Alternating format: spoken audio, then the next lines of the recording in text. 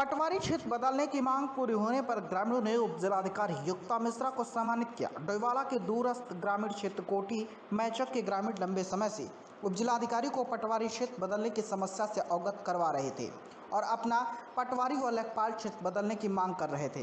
ग्रामीणों ने धरना प्रदर्शन उग्र आंदोलन की भी बात कही थी। आपको बता दें कि पटवारी बदलने के मामले में पूर्व में सरकार द्वारा शासनादेश भी जारी कर दिया गया था। तो वहीं 2022 में हुए विधानसभा चुनाव में इसी ग्रामीण क्षेत्र के ग्रामीणों ने चुनाव बहिष्कार भी किया था।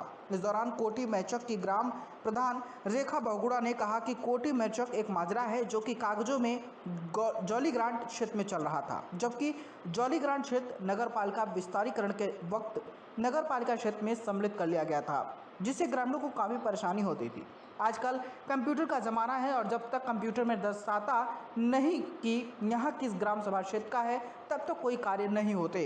डोईवाला से वी न्यूज़ के लिए आशीष यादव की रिपोर्ट। जी, हमारा एक मामला लंबे समय से चल रहा था पटवारी क्षेत्र बदलने का, जो कि ग्राम पंचायत जोली में आता था। अब ये नगर पालिका बन गई है और वो अभी भी यहाँ अंकित हो रहा है, जबकि उनका वोटिंग का जो था वोट वो ग्राम पंचायत कोटी मैचक में देते मेरे यहाँ।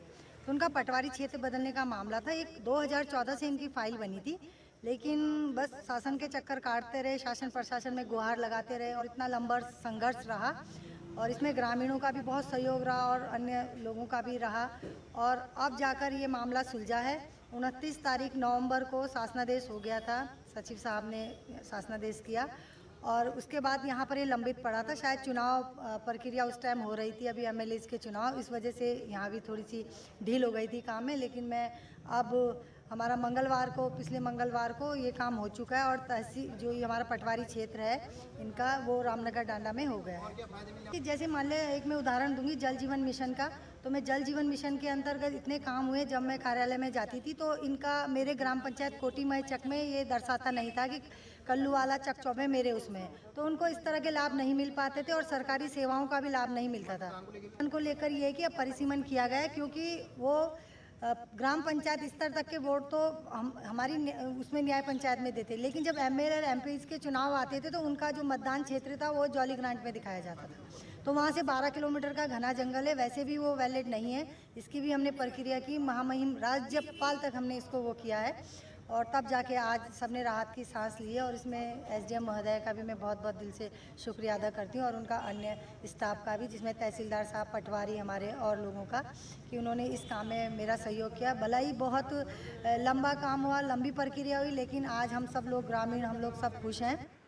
तहसील डोईवाला का जो ग्राम था वो बेसिकली मामला ये था कि एक पटवारी सर्कल से वो दूसरे पटवारी सर्कल में एक गांव के एक मौजा को हस्तांतरित करना चाहते थे, मींस गांव के एक पार्ट को हस्तांतरित करना चाहते थे।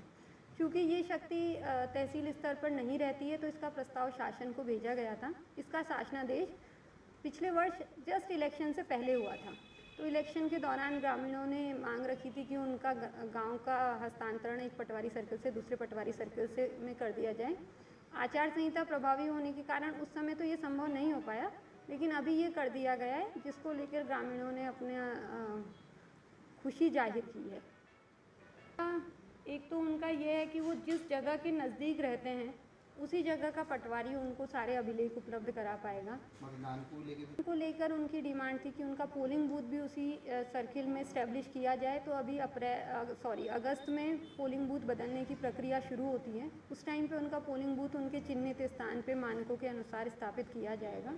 और बाकी एक उनका जुड़ाव है अपने क्षेत्र से, तो उसके लिए भी उनको खुशी है कि वो उनको प्राप्त होगी।